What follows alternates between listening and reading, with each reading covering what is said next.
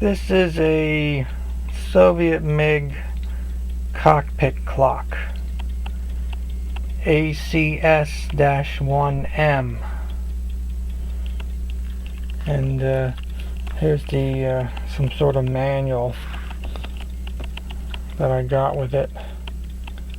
I can't read that. Oh, it's not really a manual. To me it looks like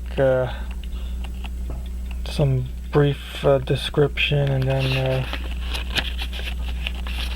maybe charts to fill out for timing or something. I don't know. Anyway, pretty sure that's the manual for it.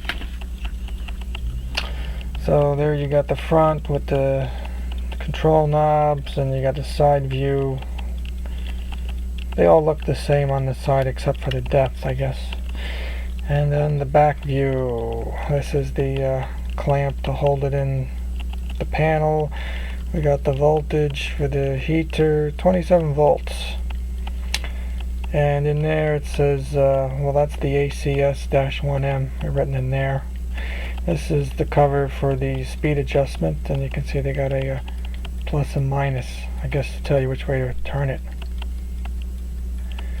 And 3 screws to keep the back on, and there's some screws around the perimeter too for the case.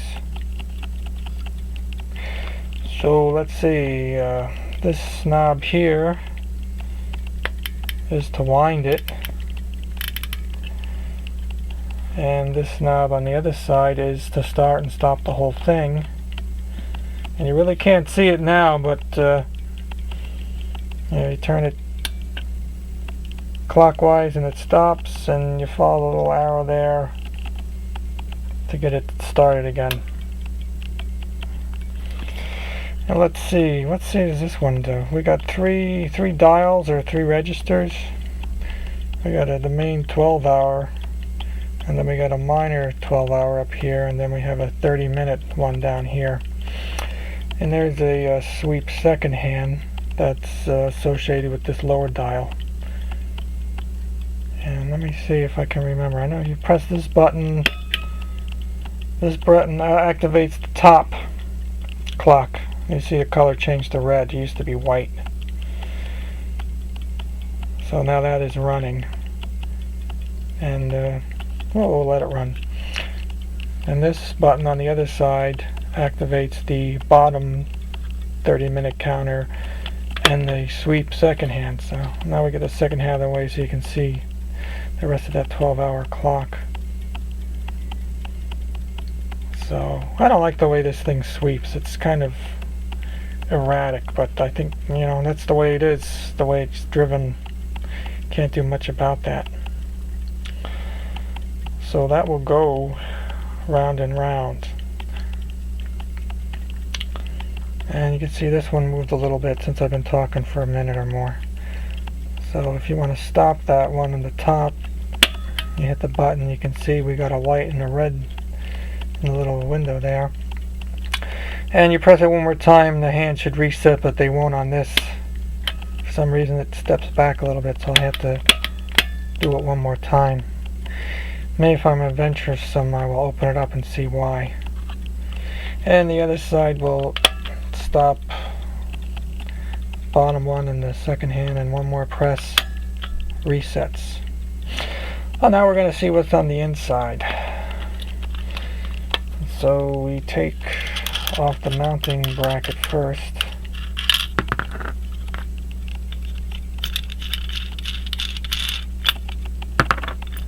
Got 2 lock washers, so when I lose that, I should put that over here. And we got a screwdriver. I'm going to have to do this lefty so I don't block the light. So we do a screw here. And the next one over here. I pre-loosened these screws so I won't have any difficulties, because lately at least one screw's been giving me grief while making these videos. So we got those. Well, there you can see the ACM-1. And then we do the perimeter screws next. This one I'm going to do righty because I can. Oops. 1, 2,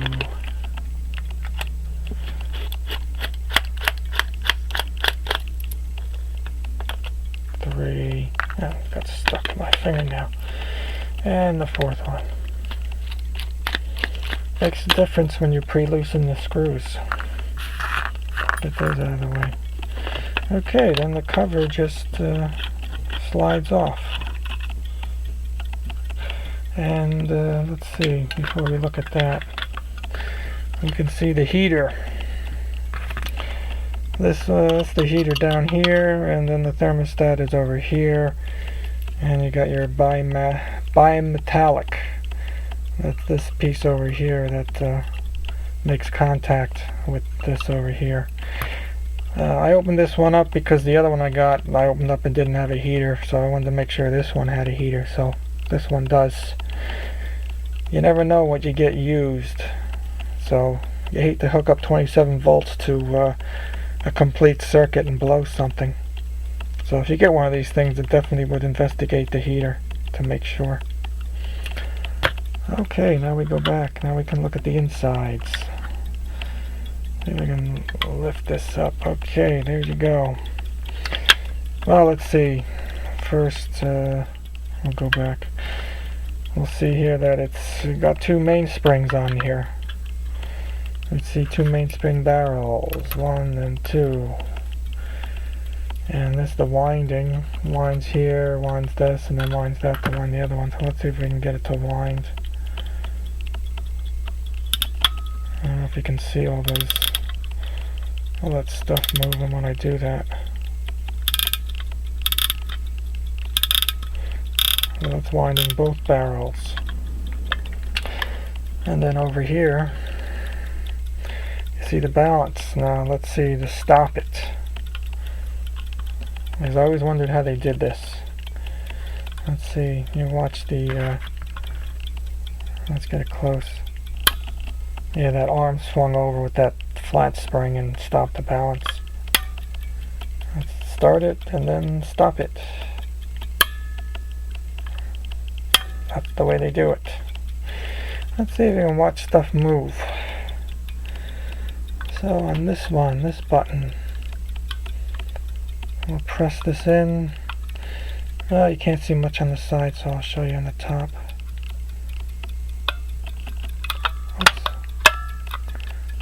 And there it is. This is for the sweep second hand in the center, or the 30-minute dial. See stuff move over there in the center, and then when you press it again, stops it, and the final press, reset.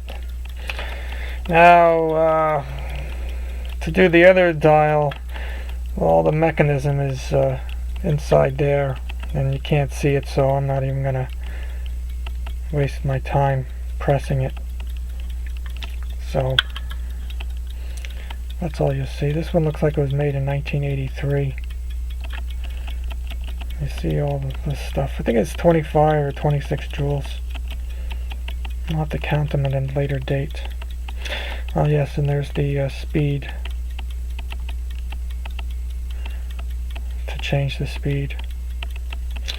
So that's it with the ACS-1M cockpit clock. This one is in very nice condition compared to the other one. So I'm happy with this one. It runs good too. That balance really swings when you wind it up all the way. So well, that's it. I don't know if you can see inside there. Not much going on. Let me get a good look at the balance.